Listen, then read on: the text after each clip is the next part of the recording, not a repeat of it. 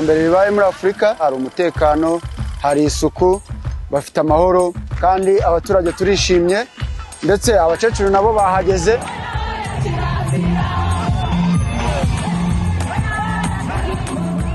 Rwose ni 100% ndabibona rwose turishimye, ahubwo n'abanyamahanga bazakomeza ahubwo bishima 100% bavuga ati ahubwo twakunze u Rwanda tuzongera ngo tuhagume cyangwa tuzanagaruka no gutaha.